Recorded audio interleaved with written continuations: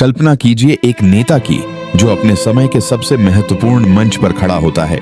उसकी बातें एक आम सभा की तरह लगती हैं, लेकिन उसी पल सब कुछ बदल जाता है। एक जोरदार धमाका और सब कुछ अस्त व्यस्त हो जाता है, जैसे समय थम गया हो।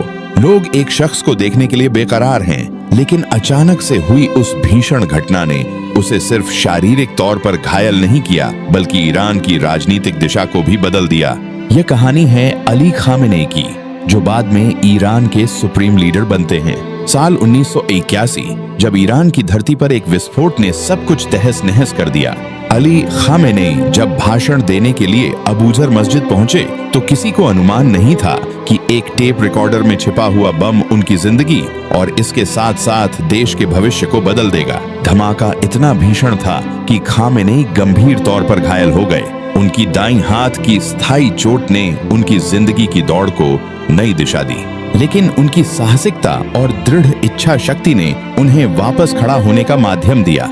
अली खामेनेई की कहानी सिर्फ संघर्ष की नहीं, बल्कि राजनीतिक फलक पर उभरने की भी है।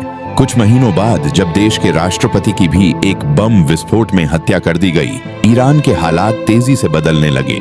यही वो समय था जब खामेनेई को राष्ट्रपति के रूप में चुना गया।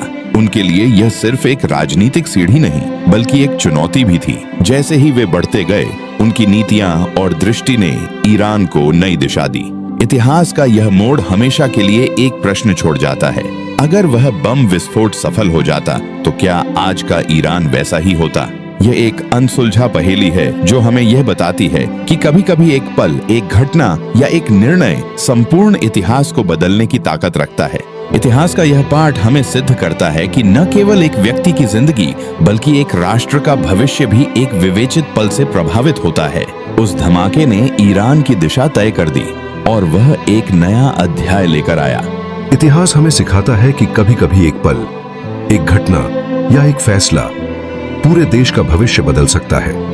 अगर आपको ऐसी ही कम ज्ञात लेकिन सच्ची ऐतिहासिक कहानियां पसंद हैं, तो वीडियो को लाइक करें, चैनल को सब्सक्राइब करें और कमेंट में बताइए अगली डॉक्यूमेंट्री किस विषय पर होनी चाहिए।